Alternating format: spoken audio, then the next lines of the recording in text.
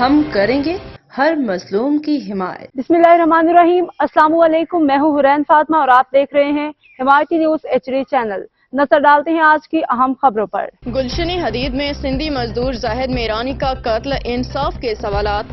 गुलशन हदीद कराची में एक अफसोसनाक वाकया पेश आया, जहां सिंधी मजदूर जाहिद मेरानी को बुध बाजार में सरेआम छुरियों के वार से कत्ल कर दिया गया। इस वाकये ने न सिर्फ सिंध बल्कि पूरे मुल्क में गमो गुस्से की लहर दौड़ा दी। सीनियर सहाफी शबीर अबड़ू ने इस वाक़े पे शदीद दुख और अफसोस का इजहार करते हुए कहा कि यह कत्ल सिर्फ एक फर्द का नहीं बल्कि पूरी सिंधी कौम और इंसानियत का कत्ल है। उन्होंने सिंध के मजलूम अवाम के लिए इंसाफ की फराहमी का इदारों के लिए एक सवालिया निशान करार दिया।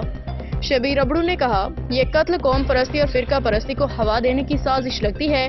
सिंधी एक मेहनती और खुददार कौम है जो हर नस्ल और फिरके को अपने साथ बसा के रखते हैं, लेकिन फिर भी इन्हें निशाना बनाया जाता है।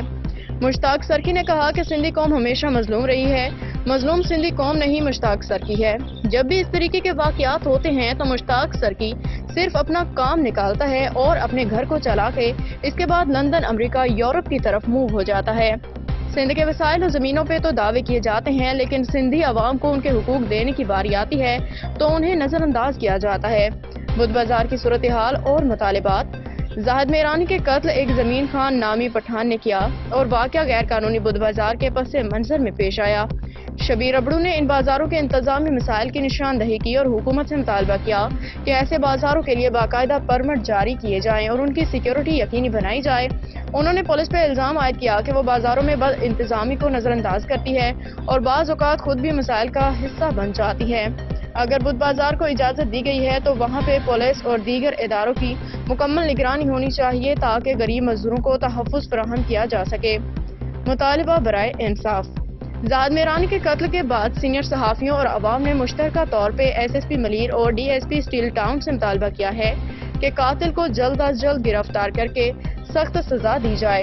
उन्होंने इदारों से अपील की कि मजलूमों को इंसाफ फराहम करने के लिए ठोस इक़दाम किए जाएं। जाहिद मेरानी का कत्ल एक अलमनाक वाक़या है जिसने ये सवाल खड़ा कर दिया है कि सिंध में मजलूम कौमियतों के हुकूक और तहफ़्फ़ुज़ के लिए रियासत और इदारे कब अपनी जिम्मेदारी पूरी करेंगे। सीनियर सहाफ़ी शबीर अबड़ू की रिपोर्ट। अस्सलाम वालेकुम। मां कोशिश कंदो आहियां त लाइव न अचां।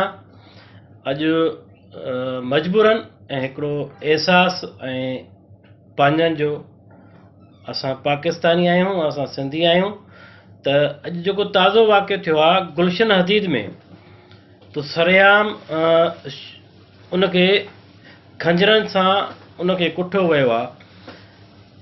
त उन जे हवाले सां असांजे सरकी साहिबु सीनियर आहे, असांजो भाउ आहे, उन जेको ॻाल्हायो त असां मज़लूम क़ौम आहियूं, त सिंध जा वारस बि असां, सिंध जी गवर्नमेंट बि सिंधनि जी, घर बि सिंधनि जा, कराची बि सिंधनि जी। त सरकी साहिबु चए थो त असां मज़लूम आहियूं, पर सरकी साहिबु इहो अलाए कीअं चयो त असां मज़लूम आहियूं।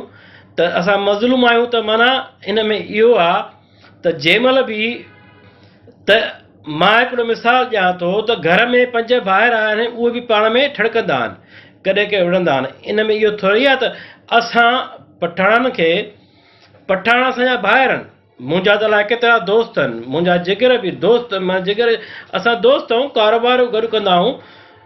कुझु मुंहिंजा साफ़ी बि आहिनि दोस्त, उन में सहाफ़त में मूं रखिया आहिनि पंहिंजे हिसाब सां बि, जेके जेसिताईं मुंहिंजो पंहिंजो चैनल आहे उन में मां पंहिंजा पठाण बि रखिया आहिनि, मुंहिंजा भाइर आहिनि। पर ईअं त न आहे त जंहिंमहिल बि जेकॾहिं कोई बि हिननि सां का थोरी घणी अहिड़ी ॻाल्हि करे त डायरेक्ट खंजर खणी उन्हनि जूं मुंडियूं लाहे छॾनि, त छा असां पोइ मज़लूम आहियूं?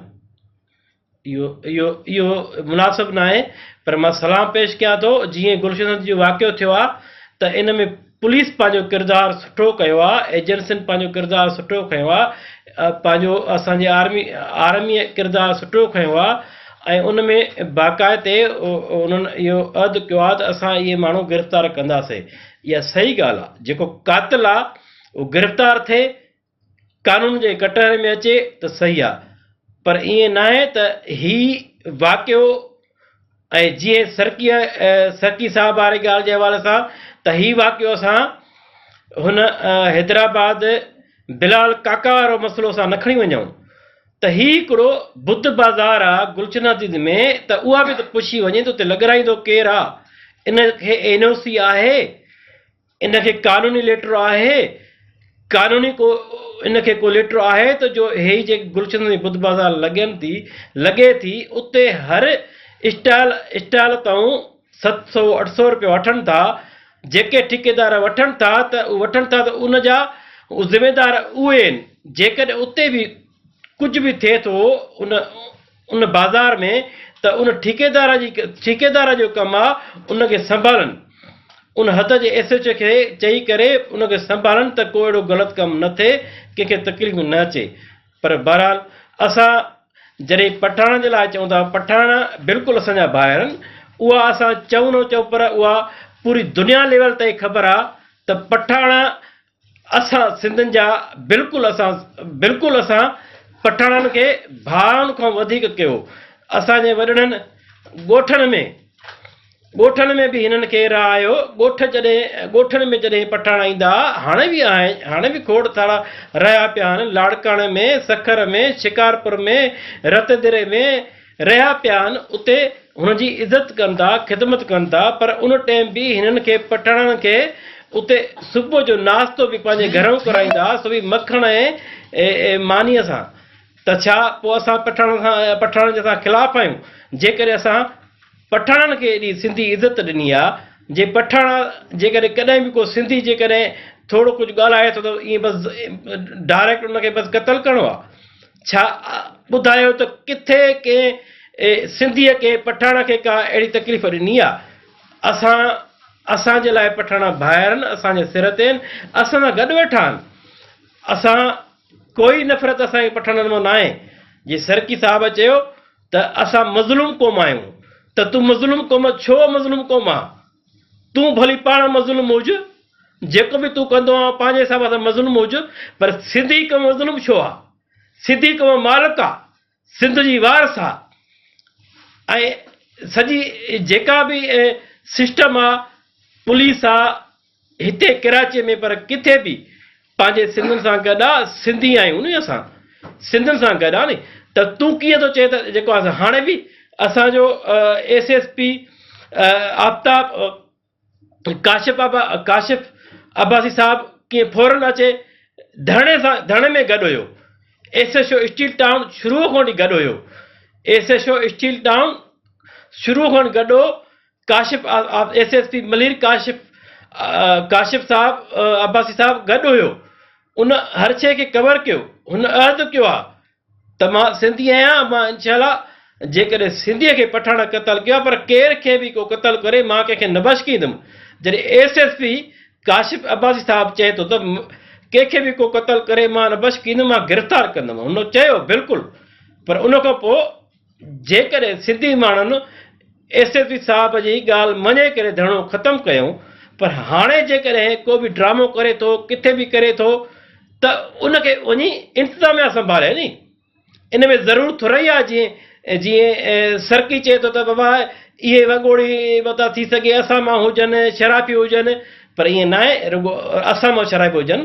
पर इहे तव्हांखे ख़बर आहे त केतिरा शराबी आहिनि जेके असांजे सिंधियुनि सां गॾु आहिनि। इन्हनि जा पठाण बि आहिनि असां सां गॾु, छो इन सिंधियुनि सां गॾु बि आहिनि। त ज़रूरत थोरी आहे त इहो जेको कनि था, जेको बि हिन महिल जेकॾहिं कंहिंजे बि हिन पठाणनि ते कुझु बि कनि था, त इन में मां सम्झां थो सिंधी गैरतमंद इन में न आहे। त इहो मुंहिंजो मुतालबो आहे आजी साहिब खां हथ ॿधी त बाबा हिन जी फुरफोर नोटिस वरितो वञे ऐं सुठे तरीक़े सां इंक्वायरी करे ऐं कातिल गिरफ़्तार करे। अब तक के लिए इतना ही। मजीद खबरों और अपडेट से बाखबर रहने के लिए देखते रहें हिमायती न्यूज़ HD चैनल।